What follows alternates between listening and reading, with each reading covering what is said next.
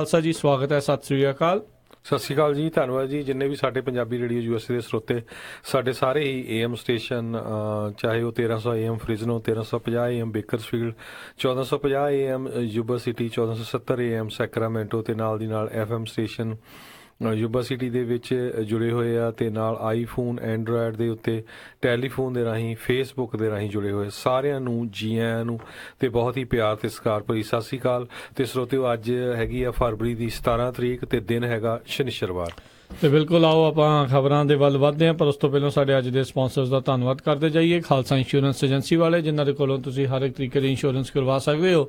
Insurance ਬਾਰੇ ਪਤਾ ਕਰਨ ਲਈ ਕਾਲ ਕਰੋ ਨੰਬਰ 408 272 2500 ਦੇ ਉੱਤੇ। ਉਸ ਦੇ ਨਾਲ ਸੰਤੋਖ ਸਿੰਘ, ਪਰਮਜੀਤ ਕੌਰ ਵਾਸੀ ਫਰੀਮਾਨ ਤੋਂ, ਸੁੱਚਾ ਸਿੰਘ ਫਰੈਜ਼ਨੋ ਤੋਂ, ਨਰਜੀਤ ਸਿੰਘ ਕੁਲਵੰਤ ਕੌਰ ਪੱਡਾ ਰੋਜ਼ਵਿਲ ਤੋਂ, ਮਨਜੀਤ ਸਿੰਘ ਨਰਿੰਦਰ ਕੌਰ ਕਲਾਰ ਕਲੋਵਿਸ ਤੋਂ, ਬਿੰਦਰ ਧਾਰੀਵਾਲ ਬੇਕਰਸਫੀਲਡ ਤੋਂ, ਸ਼ਮਿੰਦਰਪਾਲ ਸਿੰਘ ਬੇਕਰਸਫੀਲਡ ਤੋਂ, ਪਾਲ ਨੇਜਰ ਬਿੰਦਰ ਖਹਿਰਾ ਫਰੈਜ਼ਨੋ ਤੋਂ, ਜਸਪਾਲ ਸੰਘਾ, ਜਸਪ੍ਰੀਤ ਸੰਘਾ, ਪ੍ਰਭਦੀਪ ਗਰੇਵਾਲ, ਸਨੀ ਗਰੇਵਾਲ, ਬਿੰਦਾ ਅਟਵਾਲ, ਗਿੰਦਾ ਅਟਵਾਲ, ਕੁਲਤਾਰ ਬੀਸਲਾ, ਮਨਜੀਤ ਪਾਤਰ, ਰਣਦੀਪ ਬਾਜਵਾ, ਸਾਰੇ ਜਾਣੇ ਫਰੈਜ਼ਨੋ ਤੋਂ, ਸਤਨਾਮ ਸਿੰਘ, ਮਨਦੀਪ ਸਿੰਘ ਸੈਨ ਹੋਜ਼ੇ ਤੋਂ। ਇਹਨਾਂ ਸਾਰਿਆਂ ਦਾ ਬਹੁਤ ਬਹੁਤ ਧੰਨਵਾਦ। ਜੇਕਰ ਤੁਸੀਂ ਜਾਂ ਕੋਈ ਹੋਰ ਕਾਰੋਬਾਰ ਇਸ ਪ੍ਰੋਗਰਾਮ ਨੂੰ ਸਪਾਂਸਰ ਕਰਨਾ ਚਾਹੁੰਦੇ ਹੋ, ਸੰਪਰਕ ਕਰ ਸਕਦੇ ਹੋ ਨੰਬਰ 408 722 7698 ਦੇ ਉੱਤੇ ਜੀ। ਤੇ ਆਓ ਆਪਾਂ ਜਿਹੜੀਆਂ ਅੱਜ ਦੀਆਂ ਖਬਰਾਂ ਦੇ ਵੱਲ ਜਿਹੜੀ ਝਾਤ ਮਾਰਦੇ ਹਾਂ। ਤੇ ਸਭ ਤੋਂ ਪਹਿਲਾਂ ਜਿਹੜਾ ਹਰਜੋਤ ਸਿੰਘ ਜੀ ਗੱਲ ਕਰਦੇ ਜਾਈਏ, ਜਿਹੜੇ ਸਪੈਸ਼ਲ ਕੌਂਸਲ ਆਏ ਗਏ ਸੀਗੇ ਬੌਬ ਮਿਊਲਰ, ਜਿਹੜੇ ਕਿ ਦੇਖ ਰਹੇ ਆ ਵੀ ਕਿਸ ਤਰੀਕੇ ਦੇ ਨਾਲ ਜਿਹੜੀ ਰਸ਼ੀਆ ਨੇ ਮੈਡਲਿੰਗ ਕੀਤੀ ਆ ਅਮਰੀਕਾ ਦੀ ਇਲੈਕਸ਼ਨਸ ਦੇ ਵਿੱਚ, ਉਸ ਦੇ ਤਹਿਤ ਚੱਲਦਿਆਂ ਉਹਨਾਂ ਨੇ 13 ਜਿਹੜੇ ਰਸ਼ੀਅਨ ਮੂਲ ਦੇ ਲੋਕ ਆ ਉਹਨਾਂ ਦੇ ਉੱਤੇ ਜਿਹੜੇ ਚਾਰਜ ਆ ਉਹ ਲਾਏ ਆ, ਉਹਨਾਂ ਨੂੰ ਅੰਡਾਈਟ ਇਸ ਦੇ ਵਿੱਚ ਕਰ ਦਿੱਤਾ।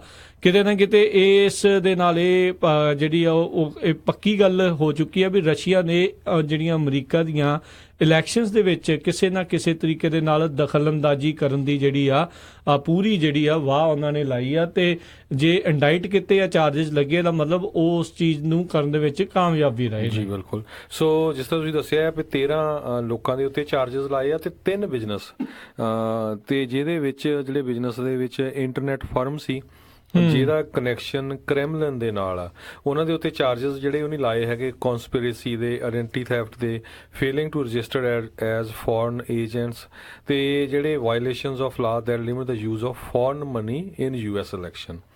ਤੇ ਬਾਹਰਲੇ ਲੋਕਾਂ ਦਾ ਮਨੀ ਜਿਹੜਾ ਆ ਯੂਐਸਏ ਦੇ ਇਲੈਕਸ਼ਨ ਦੇ ਵਿੱਚ ਜਿਹੜਾ ਆ ਹਿੱਸਾ ਨਹੀਂ ਪਾ ਸਕਦਾ ਹੈਗਾ। ਸੋ ਇਹ ਜਿਹੜੇ ਚਾਰਜਸ ਆ ਇਹ ਲਾਏ ਗਏ ਹੈਗੇ ਆ ਰਾਬਰਟ ਮਿਲਰ ਵੱਲੋਂ, ਜਿਹੜਾ ਸਪੈਸ਼ਲ ਕੌਂਸਲ ਹੈਗਾ ਆ ਇਨਵੈਸਟੀਗੇਸ਼ਨ ਕਰ ਰਿਹਾ ਹੈਗਾ ਰਸ਼ੀਅਨ ਇੰਟਰਫੀਰੈਂਸ ਦੀ ਜਿਹੜੀ ਯੂਐਸਏ ਦੀ ਇਲੈਕਸ਼ਨ 'ਚ ਹੋਈ ਸੀ। ਜੀ ਬਿਲਕੁਲ। 37 ਪੇਜਾਂ ਦੀ ਇੰਡਾਈਟਮੈਂਟ ਦੇ ਵਿੱਚ ਜਿਹੜੇ ਉਹਨਾਂ ਨੇ ਇਹ ਚੀਜ਼ ਦੱਸੀ ਆ, ਉਸ ਦੇ ਵਿੱਚ ਉਹਨਾਂ ਨੇ ਇੱਕ ਜਿਹੜੇ ਸ਼ਬਦ ਵਰਤੇ ਵੀ, ਕਹਿੰਦੇ ਵੀ ਜਿਹੜੇ ਕੁਛ ਜਿਹੜੇ ਇਹ 13 ਬੰਦੇ ਆ, ਉਹਨਾਂ ਨੇ ਕਿਤੇ ਨਾ ਕਿਤੇ ਜਿਹੜੀ ਪ੍ਰੈਜ਼ੀਡੈਂਸ਼ੀਅਲ ਕੈਂਪੇਨ ਸੀਗੀ ਡੋਨਲਡ ਟਰੰਪ ਉਦੋਂ ਕੈਂਡੀਡੇਟ, ਉਹਨਾਂ ਦਾ ਕਿਤੇ ਨਾ ਕਿਤੇ ਸਪੋਰਟ ਕੀਤਾ। ਤੇ ਕਈ ਹੋਰ ਜਿਹੜੇ ਨੇਤਾ ਸੀਗੇ ਜਿਨ੍ਹਾਂ 'ਚ ਹੈਲਰੀ ਕਲਿੰਟਨ ਤੇ ਕਈ ਰਿਪਬਲਿਕਨ ਪਾਰਟੀ ਦੇ ਹੋਰ ਡਿਫਰੈਂਟ ਜਿਹੜੇ ਕੈਂਡੀਡੇਟ ਸੀਗੇ, ਉਹਨਾਂ ਦੇ ਖਿਲਾਫ ਜਿਹੜਾ ਉਹਨਾਂ ਨੇ ਪ੍ਰਮੋਸ਼ਨ ਇੱਕ ਹਿਸਾਬ ਦੇ ਨਾਲ ਜਿਹੜੀ ਉਹ ਕੀਤੀ ਆ। ਉੱਦਾਂ ਅੱਜ ਜਿਹੜਾ ਕੱਲ ਹੀ ਰਾਸ਼ਟਰਪਤੀ ਟਰੰਪ ਨੇ ਆਪਣੇ ਟਵਿੱਟਰ ਦੇ ਜ਼ਰੀਏ ਕਿਹਾ ਜੀ ਇਹ ਤਾਂ 2014 ਤੋਂ ਚੱਲਦੀ ਆ ਰਹੀ ਸੀ, ਸਾਡੇ ਨਾਲ ਮਿਲ ਕੇ ਜਿਹੜੀ ਕਿਸੇ ਤਰੀਕੇ ਦੀ ਕਲੂਜਨ ਨਹੀਂ ਹੋਈ। ਪਰ ਆਈ ਥਿੰਕ ਜਿਹੜੇ ਰਾਸ਼ਟਰਪਤੀ ਟਰੰਪ ਆ ਉਹ ਕਿਤੇ ਨਾ ਕਿਤੇ ਇਹਦੇ ਵਿੱਚ ਇੱਕ ਬਿਗ ਪਿਕਚਰ ਨੂੰ ਮਿਸ ਕਰ ਰਹੇ ਆ। ਤੁਸੀਂ ਜੇ ਕਲੂਡ ਨਹੀਂ ਕੀਤਾ, ਇਹ ਬਹੁਤ ਚੰਗੀ ਗੱਲ ਆ, ਇਹ ਸਗੋਂ ਸਾਰਿਆਂ ਨੂੰ ਹੀ ਜਦੋਂ ਸੁੱਖ ਦਾ ਸਾਹ ਆਇਆ ਹੋਊਗਾ ਜੇ ਤੁਸੀਂ ਨਹੀਂ ਕੀਤਾ।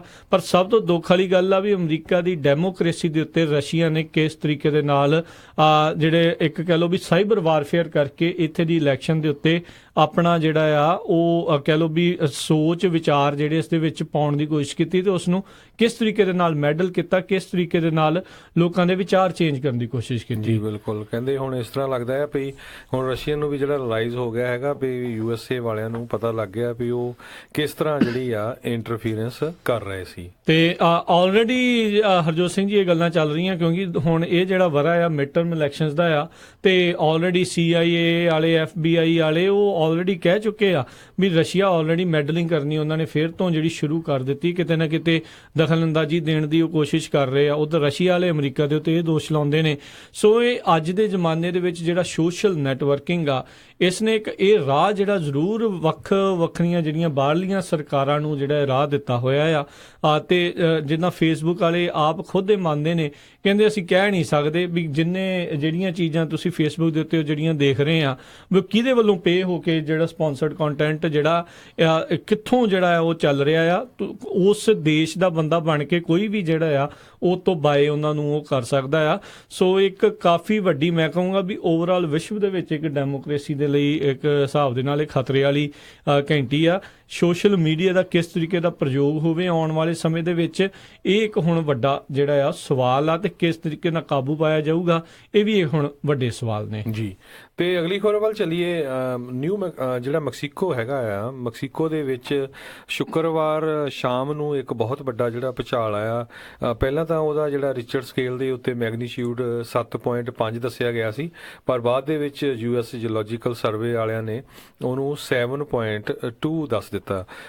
ਤੇ ਕਹਿੰਦੇ ਪਈ ਹਜੇ ਤੱਕ ਜਾਨੀ ਨੁਕਸਾਨ ਦਾ ਜ਼ਿਆਦਾ ਖਬਰਾਂ ਨਹੀਂ ਆਈਆਂ, ਤੇ ਮਾਲੀ ਨੁਕਸਾਨ ਵੀ ਦੀ ਹਜੇ ਅਪਡੇਟਸ ਆ ਰਹੀਆਂ ਹੈਗੀਆਂ, ਕਿਉਂਕਿ ਬਿਲਕੁਲ ਹਨੇਰੇ ਹੁੰਦੇ ਦੇ ਨਾਲ ਫਰਾਈਡੇ ਸ਼ਾਮ ਨੂੰ ਜਿਹੜਾ ਇਹ ਭੂਚਾਲ ਹੋਇਆ ਸੀ। ਪਰ ਜਿਹੜਾ ਈਵਨ 7.2 ਤੇ ਹੋਣਾ ਵੀ ਇਹ ਇੱਕ ਬਹੁਤ ਵੱਡੀ ਜਿਹੜਾ ਮਾਤਰਾ ਦੇ ਵਿੱਚ ਖਤਰੇ ਵਾਲੀ ਗੱਲ ਹੈਗੀ ਆ। ਸੈਂਟੀਆਗੋ ਐਕਸਟਰਾ ਉਲਟਾ ਜਿਹੜਾ ਟਾਊਨ ਹੈਗਾ ਆ, ਓਆਕਸਾਕਾ ਜਿਹੜੀ ਉਹਨਾਂ ਦੀ ਜਿਹੜੀ ਸਟੇਟ ਹੈਗੀ ਆ ਮੈਕਸੀਕੋ ਦੀ, ਉਹਦੇ ਏਰੀਏ ਦੇ ਵਿੱਚ ਆਇਆ ਹੈਗਾ, ਤੇ ਕਿਸੇ ਤਰ੍ਹਾਂ ਦੀ ਵੀ ਜਿਹੜੀ ਸੁਨਾਮੀ ਵਾਰਨਿੰਗ ਆ ਉਹ ਇਸ਼ੂ ਨਹੀਂ ਕੀਤੀ ਗਈ। ਮੈਕਸੀਕੋ ਕਹਿੰਦੇ ਕੋਈ ਸਟ੍ਰੇਂਜਰ ਨਹੀਂ ਹੈਗਾ ਭੂਚਾਲਾਂ ਦੇ ਲਈ। 7 ਸਤੰਬਰ ਨੂੰ ਪਿਛਲੇ ਵਰੇ ਵੀ ਇੱਕ ਭਿਆਨਕ ਭੂਚਾਲ ਆਇਆ ਸੀ, ਜਿਸ ਦੇ ਵਿੱਚ ਕਹਿੰਦੇ 90 ਜਾਣਿਆਂ ਦੀ ਉਦੋਂ ਮੌਤ ਹੋਈ ਸੀ। ਤੇ ਉਸ ਤੋਂ ਬਾਅਦ ਦੇ ਵਿੱਚ ਫਿਰ ਜਿਹੜਾ ਇੱਕ ਹੋਰ ਜਦੋਂ ਭੂਚਾਲ ਆ ਗਿਆ ਸੀ 19 ਸਤੰਬਰ ਨੂੰ। ਸੋ ਲਗਾਤਾਰ ਜਿਹੜੇ ਆ ਉੱਥੇ ਜਿਹੜੇ ਭੂਚਾਲਾਂ ਦਾ ਸਿਲਸਿਲਾ ਜਿਹੜਾ ਚੱਲ ਰਿਹਾ ਆ। ਥੋੜਾ ਚਿਰ ਪਹਿਲਾਂ ਹੀ, ਕੁਛ ਵਰੇ ਪਹਿਲਾਂ 1985 ਦੇ ਵਿੱਚ ਇੱਕ ਮੈਕਸੀਕੋ ਦੀ ਸਿਟੀ ਦੇ ਵਿੱਚ ਇੱਕ ਬਹੁਤ ਵੱਡਾ ਭੂਚਾਲ ਆਇਆ ਸੀ। ਉਸ ਟਾਈਮ ਦੇ ਉੱਤੇ ਅਨੁਮਾਨਿਤ 10,000 ਬੰਦਿਆਂ ਦੀ ਜਿਹੜੀ ਉਦੋਂ ਮੌਤ ਹੋਈ ਸੀਗੀ ਉਸ ਭੂਚਾਲ ਦੇ ਵਿੱਚ। 32ਵੀਂ ਜਿਹੜੀ ਉਸ ਦੀ ਐਨੀਵਰਸਰੀ ਜਿਹੜੀ ਆ ਉਹ ਉਦੋਂ ਚੱਲ ਰਹੀ ਸੀ ਜਦੋਂ ਪਿਛਲੇ ਜਿਹੜੇ ਉਹ ਭੂਚਾਲ ਆਏ ਸੀਗੇ। ਸੋ ਲਗਾਤਾਰ ਮੈਕਸੀਕੋ ਦੇ ਵਿੱਚ ਇਹ ਜਿਹੜੇ ਭੂਚਾਲ ਆਉਣੇ ਆ ਸਗੋਂ ਲੋਕਾਂ ਦੇ ਲਈ ਇੱਕ ਕਾਫੀ ਖਤਰੇ ਵਾਲੀ ਗੱਲ ਆ। ਪਿਛਲੇ ਦੀ ਜਦੋਂ ਆਪਾਂ ਵੀਡੀਓਜ਼ ਉਦੋਂ ਦੀਆਂ ਦੇਖੀਆਂ ਸੀ, ਅਜੇ ਹੋਰ ਬਹੁਤ ਸਾਰੀਆਂ ਹਰਜੋਤ ਸਿੰਘ ਜੀ ਵੀਡੀਓਜ਼ ਜਿਹੜੀਆਂ ਸਾਹਮਣੇ ਆਉਣੀਆਂ ਆ ਵੀ ਜਦੋਂ ਬਿਲਡਿੰਗਾਂ ਹਿਲਦੀਆਂ ਹੋਈਆਂ, ਕਈ ਜਗ੍ਹਾ ਦੇ ਉੱਤੇ ਡਿੱਗਦੀਆਂ ਵੀ, ਕਿਉਂਕਿ ਅਜੇ ਸਾਰਾ ਕੁਝ ਨਹੀਂ ਸਾਹਮਣੇ ਆ ਰਿਹਾ। ਹੌਲੀ ਹੌਲੀ ਜਿਹੜਾ ਆ ਉਹ ਪਤਾ ਲੱਗੂਗਾ, ਪਰ ਇੱਕ ਬਹੁਤ ਮਾੜੀ ਜਿਹੜੀ ਘਟਨਾ ਵਾਪਰੀ ਆ। ਤੇ ਅਗਲੀ ਖਬਰ ਵੱਲ ਆਈਏ। ਜਿਸ ਤਰ੍ਹਾਂ ਆਪਾਂ ਪਿਛਲੇ ਦਿਨਾਂ ਤੋਂ ਦੱਸਦੇ ਆ ਰਹੇ ਹਾਂ ਵੀ ਕਿਸ ਤਰ੍ਹਾਂ ਜਿਹੜਾ ਨਿਕੋਲਸ ਕਰੂਜ਼ ਨਾਂ ਦਾ ਜਿਹੜਾ ਇਹ ਮੁੰਡਾ ਸੀ, ਇਸ ਨੇ ਜਿਹੜਾ ਫਲੋਰੀਡਾ ਸਕੂਲ ਦੇ ਵਿੱਚ ਗੋਲੀਆਂ ਮਾਰ ਕੇ 17 ਦੇ ਕਰੀਬ ਲੋਕਾਂ ਨੂੰ ਜਿਹੜਾ ਮਾਰ ਦਿੱਤਾ ਸੀ, ਜਿਹੜੇ ਵਿਚਾਰੇ ਬੱਚੇ ਸੀ ਸਕੂਲ ਦੇ। ਤੇ ਹੁਣ ਖਬਰ ਬਾਹਰ ਆਈ ਆ ਵੀ FBI ਨੂੰ ਇਹ ਟਿਪ ਆਲਰੇਡੀ ਮਿਲ ਗਈ ਸੀ ਪਿਛਲੇ ਮਹੀਨੇ ਤੇ ਫਲੋਰੀਡਾ ਦੇ ਵਿੱਚ ਜਨਵਰੀ 'ਚ ਮਿਲ ਗਈ ਸੀ ਵੀ ਫਲੋਰੀਡਾ ਦੇ ਵਿੱਚ ਆਹ ਨਿਕੋਲਸ ਕਰੂਜ਼ ਨਾਂ ਦਾ ਬੰਦਾ ਇਹ ਲੋਕਾਂ ਨੂੰ ਮਾਰਨਾ ਚਾਹੁੰਦਾ ਹੈਗਾ ਆ। ਤੇ ਉਹ ਪਰ ਇਹ ਕਹਿੰਦੇ ਟਿਪ ਮਿਲਣ ਦੇ ਬਾਵਜੂਦ ਵੀ ਜਿਹੜੀ ਉਹਦੀ ਇਨਵੈਸਟੀਗੇਸ਼ਨ ਸ਼ੁਰੂ ਨਹੀਂ ਹੋਈ, ਇਹ FBI ਨੇ ਕਨਫਰਮ ਕੀਤਾ ਹੈਗਾ। ਤੇ ਨਾ ਹੀ FBI ਨੇ ਦੱਸਿਆ ਵੀ ਉਹਨਾਂ ਦਾ ਇਨਫੋਰਮੈਂਟ ਜਿਹੜਾ ਉਹ ਕੌਣ ਸੀ। ਜੀ ਬਿਲਕੁਲ। ਜਦੋਂ ਹਰਜੋਤ ਸਿੰਘ ਜੀ ਇਹ ਉਹਨਾਂ ਦੇ ਆਈ ਤੇ ਜਿਹੜਾ FBI ਦਾ ਪ੍ਰੋਟੋਕਾਲ ਇਹ ਕਹਿੰਦਾ ਵੀ ਇਸ ਨੂੰ ਇੱਕ ਪੋਟੈਂਸ਼ੀਅਲ ਥ੍ਰੈਟ ਟੂ ਲਾਈਫ ਦੇਖਦੇ ਹੋਏ ਇਸ ਦੇ ਉੱਤੇ ਜਿਹੜੀ ਲੋੜੀਂਦੀ ਕਾਰਵਾਈ ਹੋਣੀ ਚਾਹੀਦੀ ਸੀ। ਪਰ ਅਫਸੋਸ ਵਾਲੀ ਗੱਲ ਆ ਵੀ ਜਿਹੜੇ ਮਿਆਮੀ ਦੇ ਫੀਲਡ ਆਫਿਸ ਦੇ ਵਿੱਚ ਜਦੋਂ ਇਹਨਾਂ ਨੂੰ ਇਹ ਕਾਲ ਆਈ ਸੀ, ਉਸ ਤੋਂ ਬਾਅਦ ਦੇ ਵਿੱਚ ਉਹਨਾਂ ਨੇ ਇਸ ਦੇ ਉੱਤੇ ਜਿਹੜੀ ਹੈ ਜੂਨ ਤੱਕ ਨਹੀਂ ਇੱਕ ਹਿਸਾਬ ਦੇ ਨਾਲ FBI ਦੇ ਕੰਨ ਦੇ ਉੱਤੇ ਸਰਕੀ, ਤੇ ਉਹਨਾਂ ਨੇ ਉਸੇ ਤਰੀਕੇ ਦੇ ਨਾਲ ਇਸ ਸਟੈਪ ਨੂੰ ਜਾਣ ਦਿੱਤਾ। ਇਸ ਦੇ ਕਰਕੇ ਦੇਖੋ ਹਰਜੋਤ ਸਿੰਘ ਜੀ, ਜਿਹੜਾ ਥੋੜੇ ਦਿਨ ਪਹਿਲਾਂ ਜਿਹੜੇ ਘਟਨਾ ਵਾਪਰੀ ਉਸ ਦੇ ਵਿੱਚ 14 ਬੱਚੇ, 3 ਸਟਾਫ ਮੈਂਬਰ ਉਸ ਜਿਹੜੇ ਆ ਡਗਲਸ ਹਾਈ ਸਕੂਲ ਦੇ ਉੱਥੇ ਮਾਰੇ ਗਏ। ਪਾਰਕਲੈਂਡ ਫਲੋਰੀਡਾ, ਜਿਸ ਨੂੰ ਉਸ ਤੋਂ ਪਿਛਲੇ ਵਰੇ ਸਭ ਤੋਂ ਇੱਕ ਸੇਫ ਕਮਿਊਨਿਟੀ ਦਾ ਜਿਹੜਾ ਅਵਾਰਡ ਜਿਹੜਾ ਉੱਥੇ ਉਹ ਮਿਲਿਆ ਸੀ। ਸੋ ਇਹ ਹੁਣ ਦੇਖੋ ਬਹੁਤ ਵੱਡੇ ਸਵਾਲ ਨੇ FBI ਦੇ ਉੱਤੇ ਵੀ ਇਹ ਕੰਮ ਕਿਉਂ ਨਹੀਂ ਹੋਇਆ, ਕਿਉਂਕਿ ਇਹ ਤਾਂ ਇਹਨਾਂ ਦੇ ਹੱਥ ਦੇ ਵਿੱਚ ਸੀ। ਬਹੁਤ ਸਾਰੇ ਮੈਂ ਦੇਖ ਰਿਹਾ ਸੀਗਾ ਵੀ ਜਿਹੜੇ ਗਨ ਦੇ ਹੱਕ ਵਾਲੇ ਲੋਕ ਆ ਥੱਲੇ ਕਮੈਂਟ ਕਰ ਰਹੇ ਸੀ ਵੀ ਜੇ ਬੱਚਿਆਂ ਨੂੰ ਪਤਾ ਸੀ ਉਹਨਾਂ ਨੂੰ ਦੱਸਣਾ ਚਾਹੀਦਾ ਸੀ ਤੇ ਇਹ ਚੀਜ਼ਾਂ ਰੁਕ ਸਕਦੀਆਂ ਸੀ। ਹੁਣ ਉਹਨਾਂ ਨੇ ਤਾਂ ਦੱਸਤਾ, ਇਹਦੇ ਕਮਲੇਪਨ ਦਾ ਵੀ ਪਤਾ ਸੀ। ਇਹ ਨਿਆਣੇ ਨੂੰ ਐਕਸਪੈਲ ਕੀਤਾ ਗਿਆ ਸੀਗਾ ਬੰਦੂਕ ਹੋਣ ਦੇ ਕਰਕੇ ਸਕੂਲ ਦੇ ਵਿੱਚੋਂ, ਤੇ ਫਿਰ ਵੀ ਜਿਹੜੀ ਆ ਕਿਉਂ ਘਟਨਾ ਵਾਪਰੀ। ਜਿਹੜੇ ਆਪਣੇ ਹਾਊਸ ਦੇ ਸਪੀਕਰ ਆ ਉਹ ਕਹਿੰਦੇ ਵੀ ਆਪਾਂ ਨੂੰ ਅਜੇ ਕਿਸੇ ਇੱਕ ਨਤੀਜੇ ਤੇ ਨਹੀਂ ਪਹੁੰਚਣਾ ਚਾਹੀਦਾ, ਵੀ ਅਜੇ ਪਹਿਲਾਂ ਵੇਖ ਲੈਣਾ ਚਾਹੀਦਾ ਵੀ ਕੀ ਆ। ਜੇ ਤੁਸੀਂ ਸਾਰੀਆਂ ਦੇ ਵਿੱਚ ਪਿੱਛੇ ਜਿਹੜਾ ਪੈਟਰਨ ਦੇਖਿਆ ਜਾਵੇ, ਇੱਕ ਡਿਨੋਮੀਨੇਟਰ ਕਾਮਨ ਜ਼ਰੂਰ ਹੈਗਾ ਆ, ਇੱਕ ਜਿਹੜੀ ਇਸ ਦੇ ਵਿੱਚ ਗਨ ਬਹੁਤ ਸਾਰੇ ਲੋਕ ਕਹਿੰਦੇ ਆ ਵੀ ਜਿਹੜੇ ਬਿਜਲੀ ਦੇ ਨਾਲ ਮਰਨ ਦੀ ਪ੍ਰੋਬੇਬਿਲਿਟੀ ਸੇਮ ਆ ਜਿੱਦਾਂ ਸਕੂਲ ਦੇ ਵਿੱਚ ਗਨ ਦੇ ਨਾਲ ਪ੍ਰੋਬੇਬਿਲਿਟੀ ਹੈਗੀ ਆ ਮਰਨ ਦੀ, ਪਰ ਉਹ ਇੱਕ ਨੈਚੁਰਲ ਆ, ਕੁਦਰਤੀ ਆ, ਜਿਸ ਦੇ ਉੱਤੇ ਕੰਟਰੋਲ ਕੋਈ ਨਹੀਂ ਆ। ਜਿਹਦੇ ਹੱਥ ਦੇ ਵਿੱਚ ਬੰਦੂਕ ਫੜਾਉਂਗੇ ਨਹੀਂ ਫੜਾਉਂਗੇ, ਉਹ ਤਾਂ ਘੱਟੋ ਘੱਟ ਆਪਣੇ ਜਿਹੜੇ ਕੰਟਰੋਲ ਦੇ ਵਿੱਚ ਹੈਗਾ, ਉਹ ਚੀਜ਼ਾਂ ਨੂੰ ਜਿਹੜਾ ਆਪਾਂ ਉਹ ਰੋਕ ਸਕਦੇ ਆ ਤੇ ਉਸ ਨੂੰ ਉਹ ਰੋਕਣਾ ਚਾਹੀਦਾ ਆ। ਹੁਣ ਇੱਕ ਜਗ੍ਹਾ ਦੇ ਉੱਤੇ ਹਰਜੋਤ ਸਿੰਘ ਜੀ ਕਮੈਂਟ ਆ ਰਹੇ ਸੀਗੇ, ਲੋਕ ਕਹਿ ਰਹੇ ਸੀਗੇ ਨਹੀਂ ਜੀ ਉੱਥੇ ਦੇ ਟੀਚਰਸ ਨੂੰ ਤੇ ਉੱਥੇ ਦੇ ਸਟੂਡੈਂਟਸ ਨੂੰ ਜਿਹੜੇ ਹਥਿਆਰਬੰਦ ਕਰ ਦਿਓ ਤਾਂ ਜੋ ਇਹੋ ਜਿਹੀ ਚੀਜ਼ ਦੇ ਜਵਾਬੀ ਕਾਰਵਾਈ ਹੋ ਸਕੇ।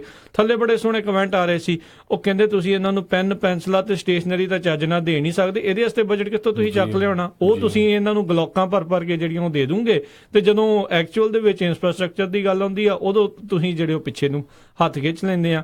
ਸੋ ਇਹ ਅਮਰੀਕਾ ਨੂੰ ਸੋਚਣ ਦੀ ਜ਼ਰੂਰਤ ਆ, ਜਾਗ ਜਾਓ, ਜੇ ਨਹੀਂ ਜਾਗੇ ਤਾਂ ਅੱਜ ਕਿਸੇ ਦੇ ਨਿਆਣੇ ਆ, ਇਹ ਕੱਲ ਕਿਸੇ ਦੇ ਨਾਲ ਵੀ ਜਿਹੜੀ ਇਹ ਘਟਨਾ ਵਾਪਰ ਸਕਦੀ ਆ ਜੀ। ਸੋ ਇਹਦੇ ਸੰਬੰਧ ਵਿੱਚ ਜਿਹੜੇ FBI ਦੇ ਡਾਇਰੈਕਟਰ ਕ੍ਰਿਸਟੋਫਰ ਰੇ ਹੈਗੇ ਆ, ਉਹਨਾਂ ਨੇ ਕਿਹਾ ਵੀ ਮੈਂ ਪੂਰਾ ਜਿਹੜੀ FBI ਆ ਉਹ ਅਮਰੀਕਨ ਲੋਕਾਂ ਨੂੰ ਸੇਫ ਰਹਿਣ ਦੇ ਲਈ ਜਿਹੜੀ ਉਹਦੇ ਤੇ ਵਰਕਆਊਟ ਕਰ ਰਹੀ ਹੈਗੀ ਆ, ਤੇ ਅਸੀਂ ਇਹਦੀ ਪੂਰੀ ਇਨਵੈਸਟੀਗੇਸ਼ਨ ਕਰਾਂਗੇ ਵੀ ਕਿਉਂ ਨਹੀਂ ਜਿਹੜੀ ਸਾਨੂੰ ਟਿਪ ਮਿਲੀ ਸੀ ਉਹਦੇ ਤੇ ਕੰਮ ਕੀਤਾ ਗਿਆ।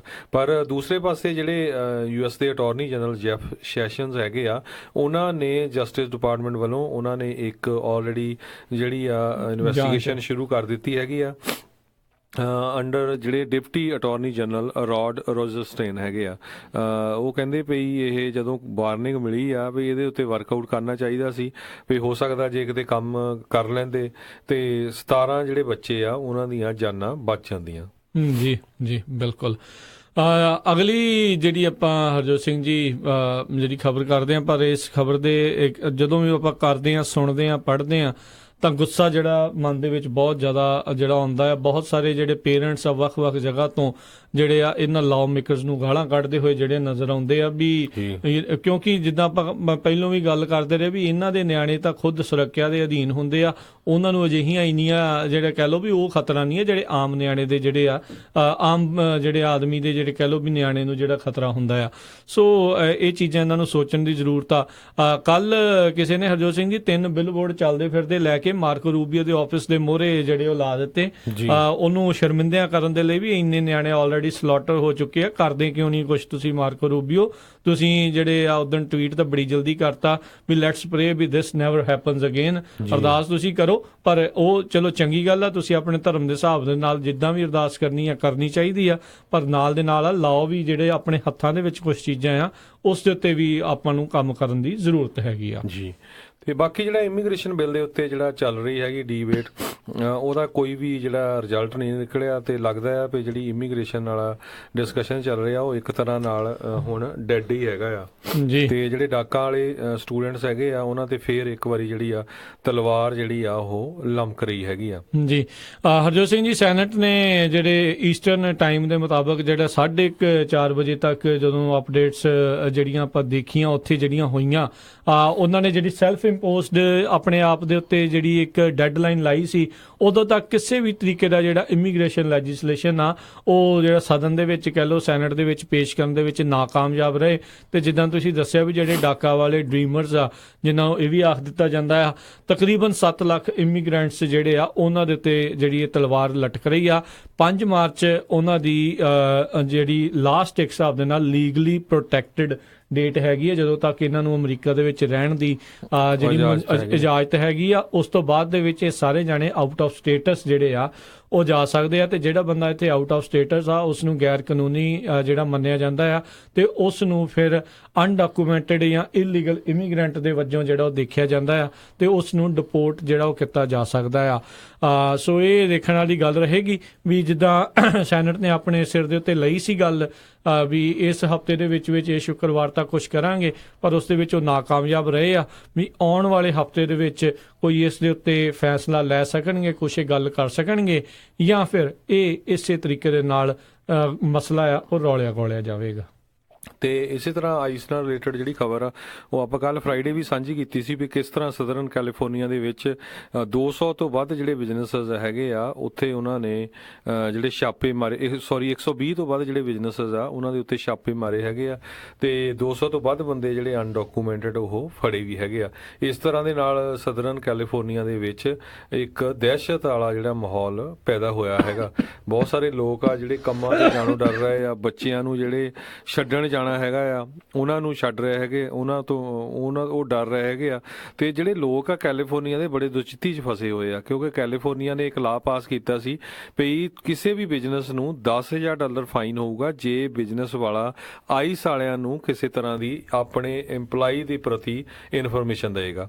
ਹੁਣ ਉਹ ਜਿਹੜੇ ਫੈਡਰਲ ਗਵਰਨਮੈਂਟ ਆ ਉਹ ਤਾਂ ਕਹਿੰਦੀ ਆ ਵੀ ਤੁਸੀਂ ਇਲੀਗਲ ਬੰਦੇ ਨਹੀਂ ਹਾਇਰ ਕਰ ਸਕਦੇ, ਤੁਹਾਨੂੰ ਫਾਈਨ ਹੋਣੇ ਆ। ਤੇ ਸਟੇਟ ਵਾਲੇ ਗਵਰਨਮੈਂਟ ਕਹਿ ਰਹੀ ਆ ਵੀ ਜੇ ਤੁਸੀਂ ਕਿਸੇ ਨੂੰ ਦੱਸੋਗੇ ਈਵਨ ਆਈਸ ਵਾਲਿਆਂ ਨੂੰ ਤੇ ਤੁਹਾਨੂੰ ਜਿਹੜਾ $10,000 ਫਾਈਨ ਹੋਊਗਾ।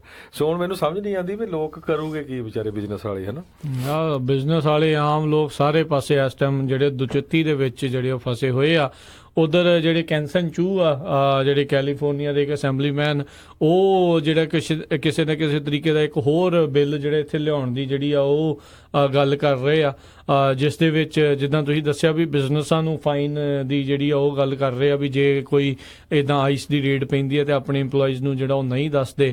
ਤੇ ਸੋ ਦੇਖਦੇ ਹਾਂ ਆਉਣ ਵਾਲੇ ਸਮੇਂ ਦੇ ਵਿੱਚ ਕਿਸ ਤਰੀਕੇ ਦਾ ਜਿਹੜਾ ਉਹ ਰੂਲ ਬਣੂਗਾ। ਫੈਡਰਲ ਲਾ ਕੁਛ ਹੋਰ ਕਹਿ ਰਿਹਾ ਆ, ਕੈਲੀਫੋਰਨੀਆ ਦਾ ਲਾ ਕੁਛ ਹੋਰ ਕਹਿ ਰਿਹਾ ਆ, ਕਈ ਵਾਰੀ ਤਾਂ ਜਿਹੜੇ ਅੰਦਰ ਸਿਟੀ ਹੁੰਦੀ ਆ ਉਹਦਾ ਲਾ ਕੁਛ ਜਿਹੜਾ ਹੋਰ ਕਹਿ ਰਿਹਾ ਹੁੰਦਾ ਆ। ਸੋ ਕਾਫੀ ਜਿਹੜੀ ਦੁਚਿੱਤੀ ਆ ਇਸ ਤਰੀਕੇ ਦੇ ਨਾਲ ਲੋਕਾਂ ਦੇ ਵਿੱਚ ਜਿਹੜੀ ਉਹ ਫੈਲੀ ਹੋਈ ਆ ਤੇ ਡਰ ਦਾ ਮਾਹੌਲ, ਸਹਿਮ ਦਾ ਮਾਹੌਲ ਜਿਹੜਾ ਡੈਫੀਨੇਟਲੀ ਜਿਹੜਾ ਉਹ ਬਣਿਆ ਹੋਇਆ ਆ।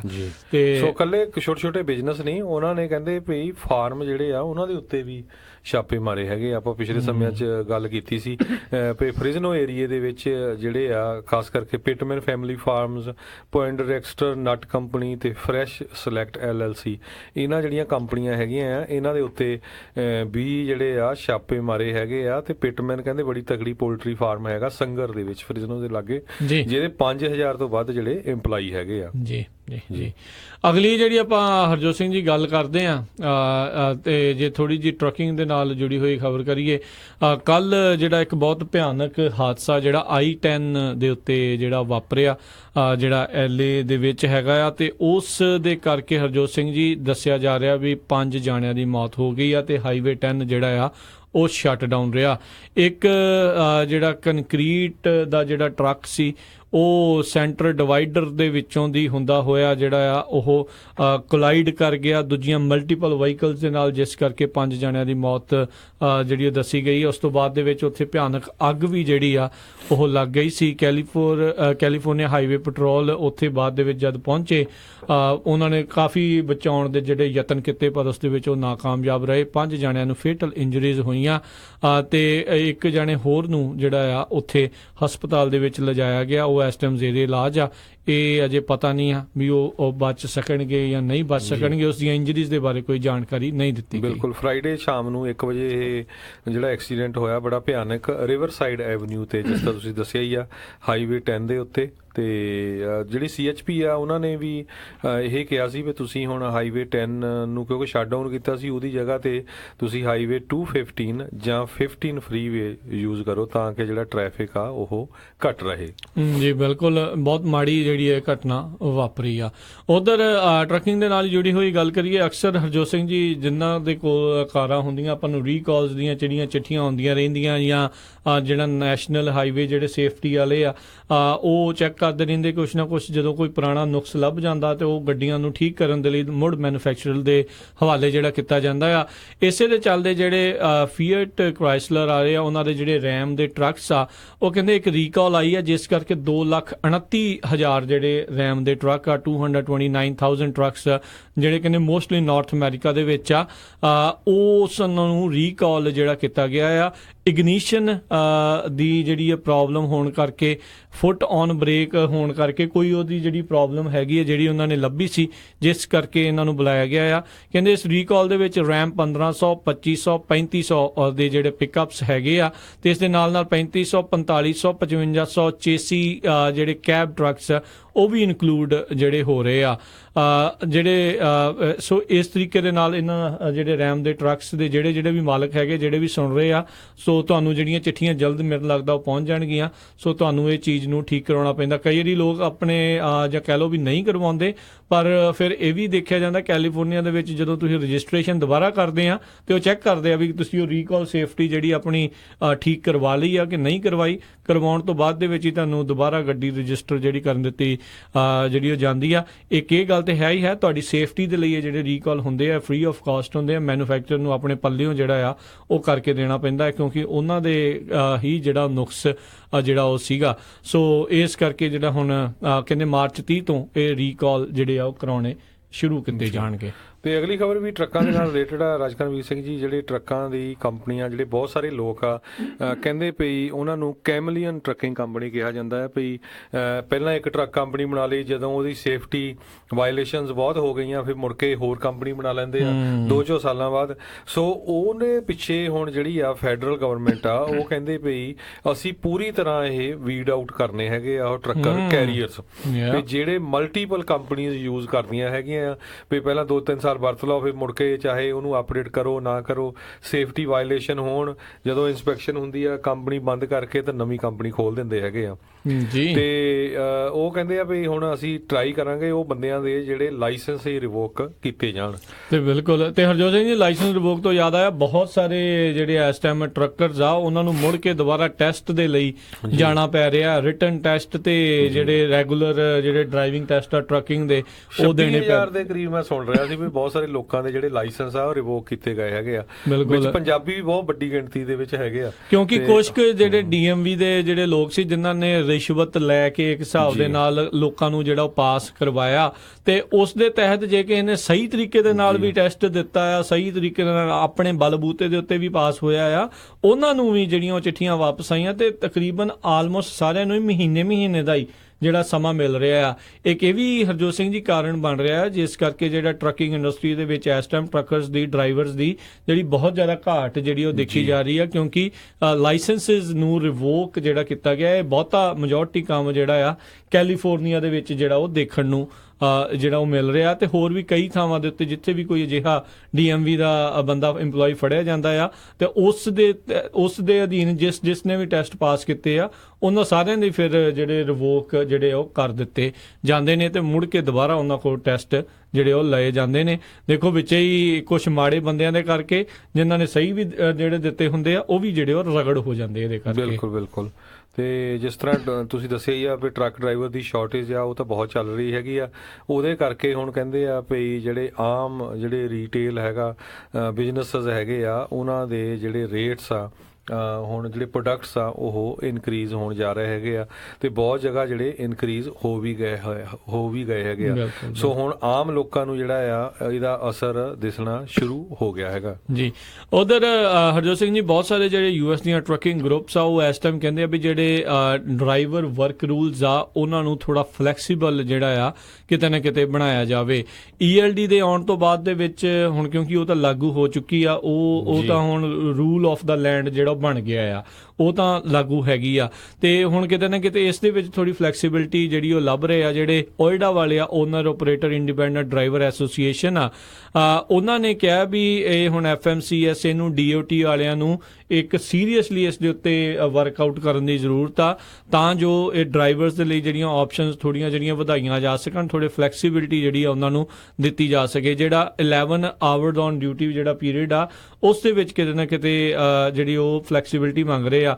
ਪਰ ਨਾਲ ਹੀ ਇੱਕ ਦੱਸ ਜਾਈਏ ਵੀ FMCSA ਨੇ ਆਲਰੇਡੀ ਇੱਕ ਜਿਹੜਾ ਪਾਇਲਟ ਪ੍ਰੋਗਰਾਮ ਚਲਾਇਆ ਹੋਇਆ ਆ ਟੈਸਟਿੰਗ ਦੇ ਅਧੀਨ ਵੀ ਉਹਨਾਂ ਨੂੰ ਫਲੈਕਸੀਬਲ ਆਵਰ ਜਿਹੜੇ ਉਹ ਦਿੱਤੇ ਗਏ ਆ। ਤਕਰੀਬਨ 200 ਦੇ ਜਿਹੜੇ ਟਰੱਕਰਸ ਆ ਉਹਨਾਂ ਨੂੰ ਇਸ ਤਰੀਕੇ ਦੇ ਨਾਲ ਰਨ ਕੀਤਾ ਜਾ ਰਿਹਾ over a period of time, ਕੁਝ ਮਹੀਨਿਆਂ ਦੇ ਲਈ ਉਹਨਾਂ ਨੂੰ ਇਹਦਾ ਰਨ ਕੀਤਾ ਜਾਊਗਾ ਤੇ ਫਿਰ ਉਹਨਾਂ ਦੇ ਉਸ ਡਾਟਾ ਨੂੰ ਸਟੱਡੀ ਕਰਕੇ ਉਸ ਤੋਂ ਬਾਅਦ ਦੇ ਵਿੱਚ ਕਹਿੰਦੇ ਆ ਵੀ ਫਿਰ ਫੈਸਲਾ ਲਿਆ ਜਾਊਗਾ ਵੀ ਇਹ ਜਿਹੜੇ ਆਵਰ ਆਫ ਜਿਹੜਾ ਸਰਵਿਸ ਵਾਲਾ ਆਵਰ ਆਫ ਆਪਰੇਸ਼ਨ ਵਾਲਾ ਜਿਹੜਾ ਆ 14 ਘੰਟੇ ਵਾਲਾ ਰੂਲ ਆ ਉਸ ਦੇ ਵਿੱਚ ਕੀ ਤਬਦੀਲੀ ਜਿਹੜੀ ਉਹ ਕੀਤੀ ਜਾ ਸਕਦੀ, ਕਿਸ ਤਰੀਕੇ ਦਾ ਜਿਹੜਾ ਸਪਲਿਟ ਆ ਉਹ ਲਿਆਂਦਾ ਜਾ ਸਕੂਗਾ। ਉਹਨਾਂ ਨੇ ਇਸ ਪਾਇਲਟ ਪ੍ਰੋਗਰਾਮ ਦੇ ਵਿੱਚ ਹਰ ਇੱਕ ਡਰਾਈਵਰ ਨੂੰ ਆਪਣੀ ਮਨਮਰਜ਼ੀ ਦੇ ਸਪਲਿਟ ਕਰਨ ਦੀ ਜਿਹੜੀ ਆ ਉਹ ਖੁੱਲ੍ਹ ਜਿਹੜੀ ਉਸ ਦੇ ਵਿੱਚ ਦਿੱਤੀ ਹੋਈ ਆ। ਜੀ ਬਿਲਕੁਲ। ਸੋ ਕਾਫੀ ਕੁਝ ਜਿਹੜਾ ਟਰੱਕਿੰਗ ਇੰਡਸਟਰੀ ਦੇ ਵਿੱਚ ਚੱਲ ਰਿਹਾ ਹੈਗਾ, ਬਹੁਤ ਸਾਰੀਆਂ ਚੇਂਜਸ ਵੀ ਆ ਰਹੀਆਂ। ਸਲੀਪ ਐਪਨੀਆ ਦੇ ਉੱਤੇ ਵੀ ਪਿਛਲੇ ਸਮਿਆਂ 'ਚ ਆਪਾਂ ਡਿਸਕਸ ਕੀਤਾ ਸੀ ਵੀ ਕਿਸ ਤਰ੍ਹਾਂ ਉਹਦੇ 'ਤੇ ਵੀ ਸਟੱਡੀ ਚੱਲ ਰਹੀ ਹੈਗੀ ਆ। ਸੋ ਜਿੰਨੇ ਵੀ ਆਪਣੇ ਟਰੱਕਰ ਵੀਰ ਹੈਗੇ ਉਹਨਾਂ ਨੂੰ ਜੋ ਵੀ ਰੈਗੂਲੇਸ਼ਨਸ ਆਉਣ ਵਾਲੇ ਸਮੇਂ 'ਚ ਚੇਂਜ ਹੋਣ ਜਾ ਰਹੀਆਂ ਜਾਂ ਨਵੀਆਂ ਬਣ ਜਾ ਰਹੀਆਂ, ਉਹਨਾਂ 'ਤੇ ਬੜੀ ਨਜ਼ਰ ਰੱਖਣ ਦੀ ਜ਼ਰੂਰਤ ਹੈਗੀ ਆ। ਨਹੀਂ ਤਾਂ ਪਿਛਲੇ ਸਮੇਂ ਬਾਅਦ ਜਦੋਂ ਫਿਰ ELD ਲੱਗ ਗਈ, ਫਿਰ ਬਾਅਦ ਦੇ ਵਿੱਚ ਰੌਲਾ ਪਾਉਣ ਦਾ ਕੋਈ ਉਹ ਫਾਇਦਾ ਨਹੀਂ ਹੁੰਦਾ। ਜੀ ਜੀ। ਉੱਦਾਂ ਕਈ ਜਿਹੜੇ ਜਗ੍ਹਾ ਦੇ ਉੱਤੇ ਆਪਣੇ ਜਿਹੜੇ ਸਿੱਖ ਪੰਜਾਬੀ ਟਰੱਕਰਸ ਆ ਉਹਨਾਂ ਨੇ ਕਾਫੀ ਮਾਣ ਵੀ ਖੱਟਿਆ ਆ, ਤੇ ਪਿਛਲੇ ਆਪਾਂ ਖਬਰਾਂ ਦੇ ਵਿੱਚ ਵੀ ਆਪਾਂ ਦੱਸਦੇ ਰਹੇ ਹਾਂ ਵੀ ਕਿਸ ਤਰੀਕੇ ਦੇ ਨਾਲ ਜਿਹੜੀ ਓਵਰਡਰਾਈਵ ਮੈਗਜ਼ੀਨ ਦੇ ਵਿੱਚ ਇੱਕ ਬੜਾ ਸੋਹਣਾ ਆਰਟੀਕਲ ਉਹਨਾਂ ਦੇ ਉੱਤੇ ਛਪਿਆ ਵੀ ਕਿਸ ਤਰੀਕੇ ਦੇ ਨਾਲ ਆਪਣੇ ਜਿਹੜੇ ਡਰਾਈਵਰਸ ਨੇ ELD ਦੇ ਮੈਂਡੇਟ ਦੇ ਜਿਹੜਾ ਅਗੇਂਸਟ ਇੱਕ ਹਿਸਾਬ ਦੇ ਨਾਲ ਆਪਣਾ ਵਿਰੋਧ ਪ੍ਰਦਰਸ਼ਨ ਜਿਹੜਾ ਉਹ ਦਿਖਾਇਆ ਸੀ, ਜਿਤਾਇਆ ਸੀ। ਉਸ ਕਰਕੇ ਆਪਣੀ ਕਮਿਊਨਿਟੀ ਨੂੰ ਲੈ ਕੇ ਜਿਹੜੀਆਂ ਹੋਰ ਕਮਿਊਨਿਟੀ ਦੇ ਵਿੱਚ ਮਿਸਕਨਸੈਪਸ਼ਨ ਸੀਗੀਆਂ, ਗਲਤ ਧਾਰਾਵਾਂ ਸੀਗੀਆਂ ਜਿਹੜੀਆਂ ਉਹ ਸੋਚੀ ਬੈਠੇ ਸੀਗੇ, ਉਹ ਤੋੜਨ ਦੇ ਵਿੱਚ ਉਹ ਕਾਮਯਾਬ ਰਹੇ ਨੇ। ਤੇ ਅਕ੍ਰੋਸ ਦਾ ਆਇਲ ਇੱਕ ਹਿਸਾਬ ਦੇ ਨਾਲ ਉਹਨਾਂ ਨੇ ਬ੍ਰਿਜ ਪੁੱਲ ਜਿਹੜੇ ਬਣਾਏ ਆ ਤੇ ਕਾਫੀ ਜਿਹੜਾ ਮਾਣ ਇਹਨਾਂ ਨੇ ਹਾਸਲ ਕੀਤਾ ਆ। ਤੇ ਊਬਰ ਵੀ ਕੁਝ ਚੇਂਜ ਕਰਨ ਜਾ ਰਹੀ ਹੈ। ਬਿਲਕੁਲ ਹਰਜੋਤ ਸਿੰਘ ਜੀ, ਊਬਰ ਵੀ ਇੱਕ ਹਿਸਾਬ ਦੇ ਨਾਲ ELD ਆਪਣੀ ਵੱਲੋਂ ਜਿਹੜੀ ਉਹ ਲਾਗੂ ਕਰਨ ਜਾ ਰਹੀ ਆ। ਕਹਿੰਦੇ ਊਬਰ ਐਨਫੋਰਸ ਕਰਨ ਜਾ ਰਹੀ ਆ 6 hour break period for drivers, ਜਿਨ੍ਹਾਂ ਨੇ ਉਹਨਾਂ ਨੇ ਕਹਿੰਦਾ ਵੀ after certain period of time, I think 12 ਘੰਟੇ ਜਦੋਂ ਤੁਸੀਂ ਲਗਾਤਾਰ ਊਬਰ ਚਲਾ ਲੈਂਦੇ ਹੋ ਤਾਂ ਉਸ ਤੋਂ ਬਾਅਦ ਦੇ ਵਿੱਚ ਤੁਹਾਨੂੰ ਮੈਂਡੇਟੋਰੀ ਜਿਹੜੀਆਂ 6 ਘੰਟੇ ਤੁਹਾਨੂੰ ਬ੍ਰੇਕ ਲੈਣੀ ਹੀ ਜਿਹੜੀ ਉਹ ਪੈਣੀ ਆ। ਤੁਹਾਨੂੰ 6 ਘੰਟੇ ਜਿਹੜਾ ਆਫਲਾਈਨ ਰਹਿਣਾ ਹੀ ਪੈਣਾ ਆ। ਜਿਹੜਾ ਵੀ ਕੋਈ 12 ਘੰਟੇ ਦੀ ਇੱਕ ਹਿਸਾਬ ਦੇ ਨਾਲ ਊਬਰ ਦੀ ਸ਼ਿਫਟ ਚਲਾ ਲੈਂਦਾ ਆ ਤਾਂ ਉਸ ਤੋਂ ਬਾਅਦ ਦੇ ਵਿੱਚ ਉਹਦਾ ਐਪ ਆਪਣੇ ਆਪ ਜਿਹੜੀ ਕੋਈ ਵੀ ਹੋਰ ਉਹ ਰਿਸੀਵ ਨਹੀਂ ਕਰ ਸਕੂਗੀ। ਉਹਨੇ 6 ਘੰਟੇ ਦੇ ਲਈ ਉਹਨੂੰ ਆਫਲਾਈਨ ਹੋਣਾ ਹੀ ਪੈਣਾ ਆ। ਸੋ ਇਹਦੇ ਨਾਲ ਵੀ ਕਾਫੀ ਜਿਹੜਾ ਊਬਰ ਡਰਾਈਵਰਸ ਦੇ ਉੱਤੇ ਜਿਹੜਾ ਕਹਿ ਲਓ ਵੀ ਫਰਕ ਪਊਗਾ, ਕਿਉਂਕਿ ਬਹੁਤ ਸਾਰੇ ਲੋਕ ਹੁਣ ਉਸ ਨੂੰ ਊਬਰ ਨੂੰ ਇੱਕ ਹਿਸਾਬ ਦੇ ਨਾਲ ਆਪਣੀ ਮੇਨ ਦੇ ਵਜੋਂ ਹੀ ਜਿਹੜਾ ਉਹ ਚਲਾਉਂਦੇ, ਮੇਨ ਜੌਬ ਵਜੋਂ ਜਿਹੜੀ ਉਹ ਚਲਾ ਰਹੇ ਨੇ। ਤੇ ਜਿਹੜੇ ਊਬਰ ਦੇ ਡਾਇਰੈਕਟਰ ਹੈਗੇ ਆ ਪ੍ਰੋਡਕਟ ਮੈਨੇਜਮੈਂਟ ਦੇ ਸਚਿਨ ਕਾਂਸਲ, ਉਹਨਾਂ ਨੇ ਵਾਸ਼ਿੰਗਟਨ ਪੋਸਟ ਨਾਲ ਗੱਲਬਾਤ ਕਰਦੇ ਹੋਏ ਆਖਿਆ ਵੀ ਅਸੀਂ ਆਪਣੇ ਡਰਾਈਵਰਸ ਤੇ ਆਪਣੇ ਰਾਈਡਰਸ ਦੀ ਸੇਫਟੀ ਨੂੰ ਜਿਹੜਾ ਇਹ ਮੱਦੇਨਜ਼ਰ ਰੱਖਦੇ ਹੋਏ ਇਹ ਜਿਹੜਾ ਨਵਾਂ ਲਾਅ ਜਿਹੜਾ ਉਹ ਲਿਆ ਰਹੇ ਆ। ਤੇ ਹਰ ਇੱਕ ਚੀਜ਼ ਕਹਿੰਦੇ ਡਰਾਈਵ ਟਾਈਮ ਆ ਉਹ ਅਸੀਂ ਊਬਰ ਵਾਲੇ ਕਹਿੰਦੇ ਆਪਣੀ ਐਪ ਦੇ ਜ਼ਰੀਏ ਦੇਖਾਂਗੇ, GPS ਦੇ ਨਾਲ ਮੈਜਰ ਕੀਤਾ ਜਾਊਗਾ, ਹੋਰ ਟੈਲੀਮੈਟਿਕਸ ਜਿਹੜੇ ਆ ਉਸ ਦੇ ਵਿੱਚ ਉਹ ਦੇਖੇ ਜਾਣਗੇ। ਤੇ ਜਿੱਦਾਂ ਹੀ 12 ਘੰਟੇ ਕਿਸੇ ਦੇ ਮੂਵਿੰਗ ਦੇ ਜਿਹੜੇ ਉਹ ਹੋ ਜਾਂਦੇ ਨੇ ਤਾਂ ਫਿਰ ਉਸ ਨੂੰ ਜਿਹੜੇ 6 ਘੰਟੇ ਦੇ ਲਈ ਆਫਲਾਈਨ ਜਿਹੜਾ ਉਹ ਰਹਿਣਾ ਪਊਗਾ। ਜਦੋਂ ਤੁਸੀਂ ਆਫਲਾਈਨ ਹੋਵੋਗੇ ਤੁਹਾਨੂੰ ਕੋਈ ਵੀ ਜਿਹੜਾ ਬੰਦਾ ਇੱਕ ਹਿਸਾਬ ਨਾਲ ਹਾਕ ਨਹੀਂ ਮਾਰ ਸਕਦਾ ਵੀ ਆ ਕੇ ਮੈਨੂੰ ਜਿਹੜਾ ਉਹ ਪਿਕ ਜਿਹੜਾ ਜੀ ਕਰੋ। ਸੋ 6 ਘੰਟੇ ਮੈਂਡੇਟੋਰੀ ਜਿਹੜਾ ਆਰਾਮ ਦੇ ਲਈ ਉਹਨਾਂ ਨੇ ਕਹਿ ਦਿੱਤਾ ਗਿਆ ਆ। ਜੀ ਬਿਲਕੁਲ। ਤੇ ਸਾਡਾ ਸਮਾਂ ਵੀ ਜਿਹੜਾ ਸਮਾਪਤੀ ਆ। ਬਿਲਕੁਲ ਜੀ। ਤੇ ਨਾਲ ਜਿਹੜਾ ਇੱਕ ਜਾਂਦੇ ਜਾਂਦੇ ਆਪਾਂ ਜ਼ਰੂਰ ਦੱਸਦੇ ਜਾਈਏ, ਇੱਕ ਤਾਂ ਜ਼ਿੰਬਾਬਵੇ ਦੇ ਵਿੱਚ ਜਿਹੜਾ ਰਾਸ਼ਟਰਪਤੀ ਉਸਨੇ ਅਸਤੀਫਾ ਜਿਹੜਾ ਉਹ ਦੇ ਦਿੱਤਾ ਆ। ਤੇ ਹੁਣ ਜਿਹੜੇ ਦੂਜੇ ਲਾਈਨ ਦੇ ਵਿੱਚ ਸੀਗੇ ਜ਼ੂੰਬਾ ਜਿਹੜੇ ਪ੍ਰੈਜ਼ੀਡੈਂਟ ਤੋਂ ਬਾਅਦ ਦੇ ਵਿੱਚ, ਉਹਨਾਂ ਨੇ ਹੁਣ ਜਿਹੜੀ ਉੱਥੇ ਸਹੁੰ ਚੱਕ ਲਈ ਆ। ਉਹਨਾਂ ਨੇ ਭਾਸ਼ਣ ਜਿਹੜਾ ਦਿੱਤਾ, ਕਹਿੰਦੇ ਮੈਂ ਇਸ ਚੀਜ਼ ਦੇ ਹੱਕ ਦੇ ਵਿੱਚ ਤਾਂ ਨਹੀਂ, ਪਰ ਮੈਂ ਜਿਹੜਾ ਅਫਰੀਕਨ ਨੈਸ਼ਨਲ ਕਾਂਗਰਸ ANC ਦਾ ਮੁੱਢ ਤੋਂ ਮੈਂਬਰ ਰਿਹਾ ਤੇ ਜਿੱਦਾਂ ਹੁਣ ਇਹਨਾਂ ਨੇ ਡਿਸੀਜਨ ਲਿਆ ਆ, ਮੈਂ ਇਸ ਦਾ ਸਵਾਗਤ ਵੀ ਜਿਹੜਾ ਨਾਲ ਦੇ ਨਾਲ ਕਰਦਾ ਆ। ਸੋ ਉਸ ਦੇ ਮੱਦੇਨਜ਼ਰ ਉਹਨਾਂ ਨੇ ਅਸਤੀਫਾ ਦੇ ਕੇ ਹੁਣ ਨਵੇਂ ਦੇ ਲਈ ਜਿਹੜਾ ਰਾਹ ਬਣਾ ਦਿੱਤਾ। ਇਹਨਾਂ ਦੇ ਉੱਤੇ ਬਹੁਤ ਵੱਡੇ ਪੱਧਰ ਦੇ ਉੱਤੇ ਜਿਹੜੇ ਕਰਪਸ਼ਨ ਦੇ ਜਿਹੜੇ ਚਾਰਜਸ ਆ ਉਹ ਲੱਗਦੇ ਰਹੇ ਨੇ ਤੇ ਕਾਫੀ ਜਿਹੜੇ ਪ੍ਰੋਟੈਸਟ ਵੀ ਹੋਏ ਸੀ ਵੀ ਇਹਨਾਂ ਦੇ ਜਿਹੜੇ ਰਾਸ਼ਟਰਪਤੀ ਆ ਜ਼ਿੰਬਾਬਵੇ ਦੇ ਨੂੰ ਜਿਹੜਾ ਅਸਤੀਫਾ ਦੇ ਦੇਣਾ ਚਾਹੀਦਾ ਆ। ਤੇ ਨਾਲ ਹੀ ਬ੍ਰਾਜ਼ੀਲ ਦੀ ਜਿਹੜੀ ਕੈਪੀਟਲ ਆ ਰੀਓ ਡੀ ਜਨੈਰੀਓ, ਉੱਥੇ ਹਰਜੋਤ ਸਿੰਘ ਜੀ ਹਾਲਾਤ ਇੰਨੇ ਕਹਿੰਦੇ ਮਾੜੇ ਹੋ ਚੁੱਕੇ ਆ ਵੀ ਬ੍ਰਾਜ਼ੀਲ ਦੀ ਮਿਲਟਰੀ ਨੂੰ ਉੱਥੇ ਲੋਕਾਂ ਦੀ ਸੁਰੱਖਿਆ ਦੇ ਲਈ ਹੁਣ ਲਾਉਣਾ ਪਿਆ ਹੋਇਆ ਆ। ਇੰਨੀ ਕੁ ਜ਼ਿਆਦਾ ਵਾਇਲੈਂਸ ਜਿਹੜੀ ਹਿੰਸਾ ਆ ਬ੍ਰਾਜ਼ੀਲ ਦੇ ਇਸ ਦੇ ਵਿੱਚ ਫੈਲੀ ਹੋਈ ਆ। ਤੇ ਉਹੀ ਆ ਜਿੱਥੇ ਕੁਛ ਸਾਲ ਪਹਿਲਾਂ ਜਿਹੜੀ ਅਜੇ ਓਲੰਪਿਕਸ ਜਿਹੜੀਆਂ ਹੋ ਕੇ ਹਟੀਆਂ ਨੇ ਤੇ ਉਹ ਉਦੋਂ ਵੀ ਤਰ੍ਹਾਂ ਦੇ ਜਿਹੜੇ ਆ ਵਿਵਾਦ ਜਿਹੜੇ ਆ ਉੱਥੇ ਹੁੰਦੇ ਰਹੇ ਨੇ। ਤੇ ਪਰ ਹੁਣ ਕਹਿੰਦੇ ਹਾਲਾਤ ਉੱਥੇ ਕਾਫੀ ਬੱਦਰ ਜਿਹੜੇ ਆ ਉਹ ਹੁੰਦੇ ਹੋ ਰਹੇ ਨੇ, ਜਿਸ ਕਰਕੇ ਬ੍ਰਾਜ਼ੀਲ ਦੀ ਉੱਥੇ ਦੀ ਮਿਲਟਰੀ ਆ ਉਹਨਾਂ ਨੂੰ ਉਸ ਨੂੰ ਕਾਬੂ ਕਰਨਾ ਪੈ ਰਿਹਾ ਆ। ਤੇ ਇੱਥੇ ਜਿਹੜਾ ਆਪਣੇ ਅੱਜ ਦੇ ਪ੍ਰੋਗਰਾਮ ਦੀ ਜਿਹੜੀ ਆ ਜੀ ਸਮਾਪਤੀ ਆ। ਤੇ ਹੁਣ ਇਜਾਜ਼ਤ ਲੈਂਦੇ ਆ। ਮੈਨੂੰ ਰਾਜਕਰਮਵੀਰ ਸਿੰਘ, ਮੈਨੂੰ ਹਰਜੋਤ ਸਿੰਘ ਖਾਲਸਾ ਨੂੰ ਇਜਾਜ਼ਤ ਦਿਓ। ਸਾਡੇ ਦੋਨਾਂ ਵੱਲੋਂ ਤੁਹਾਨੂੰ ਸਾਰਿਆਂ ਨੂੰ ਬਹੁਤ ਪਿਆਰ ਸਤਿਕਾਰ ਸਾਹਿਬ ਦੋਨੋਂ ਜੁੜ ਕੇ ਨਿੱਕੀ ਜਿਹੀ ਸਤਿ ਸ੍ਰੀ ਅਕਾਲ। ਜਿਉਂਦੇ ਵਾਸਤੇ ਰਹੋ, ਹੱਸਦੇ ਖੇਡਦੇ ਰਹੋ, ਸੁਣਦੇ ਰਹੋ ਪੰਜਾਬੀ ਰੇਡੀਓ USA।